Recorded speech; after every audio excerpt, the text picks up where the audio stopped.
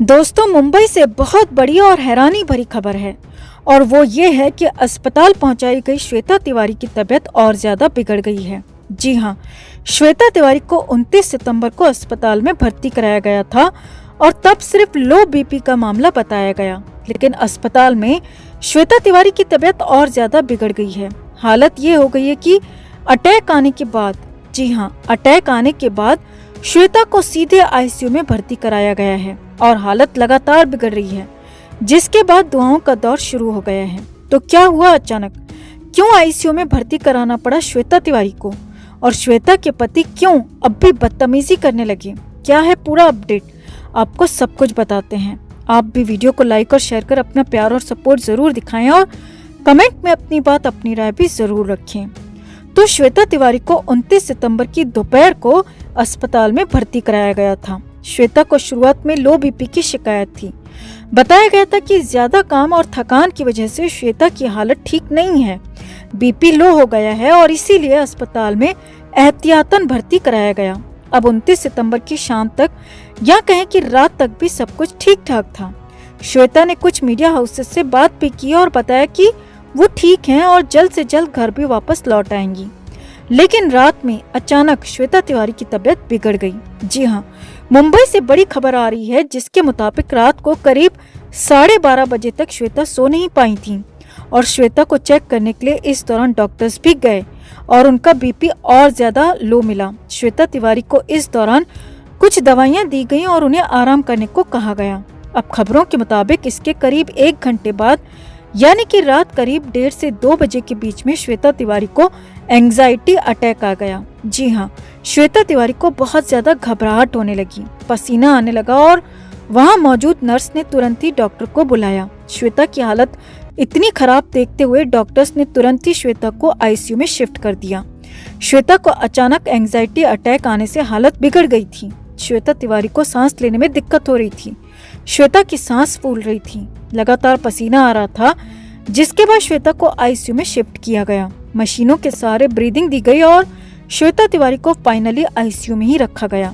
श्वेता तिवारी को आईसीयू में शिफ्ट करने के बाद उनकी बेटी पलक तिवारी भी अस्पताल पहुंची और अपनी मां का हालचाल जाना। हालांकि अभी तक आईसीयू में श्वेता की हालत अब कैसी है, तबीयत कैसी है, इसका पूरा अपडेट नहीं मिला है। लेकिन हाँ, जब श्वेता को आईसीयू में भर्ती किया गया था तो तब वो बिल्कुल भी ठीक नहीं थी, उनकी हालत लगातार बिगड़ रही थी। अब डॉक्टर्स का कहना है कि ज्यादा काम की वजह से दिक्कत बढ़ गई है और शरीर को ज्यादा एनर्जी नहीं मिली थी और कई वजहों से उन्हें टेंशन भी रही और इसीलिए उन्हें घबराहट हो गई और इसी घबराहट होने की वजह से उन्हें एंजाइटी अटैक भी आ गया।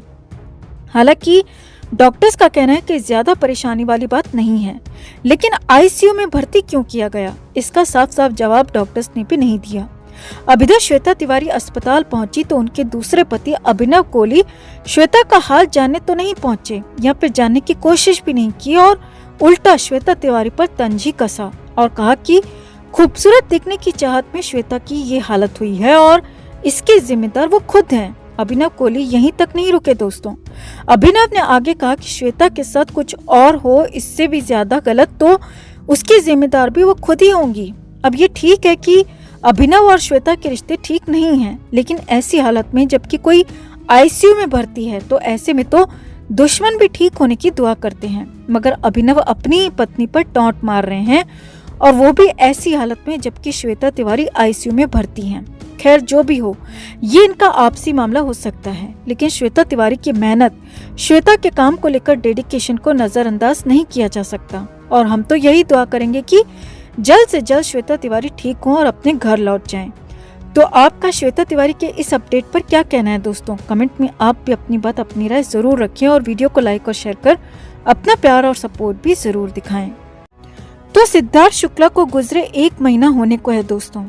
यार, दोस्त, करीबी रिश्तेदार सब अपनी अपनी जिंदगी में एक बार फिर से मशगूल हो चुके हैं, मगर शहनाज की जिंदगी तो जैसे वहीं की वहीं थम गई। वो अपनी जिंदगी को ट्रैक पर लाने की कोशिश तक नहीं कर रही। सबको लग रहा था कि शायद अपनी पहली फिल्म के लिए शहनाज बाहर निकलेगी, मगर फिल्म का ट्रेलर भी रिलीज हो चुका है, लेकिन फिर भी शहनाज की तरफ से अभी तक सब कुछ शून्य में है। अब इसी बीच वैसे तो कई सेलिब्रिटीज शहनाज से मिलकर आए हैं, मगर किसी ने भी सही तरीके से शहनाज की स्थिति को लेकर कुछ नहीं कहा, मगर अब टीवी एक्ट्रेस देवोलीना भट्टाचार्य ने पहली बार शहनाज की हालत को लेकर सीधी और बिल्कुल सपाट बात कही है। देवोलीना की ये बात सुनकर आप भी हैरान हो सकते हैं दोस्तों।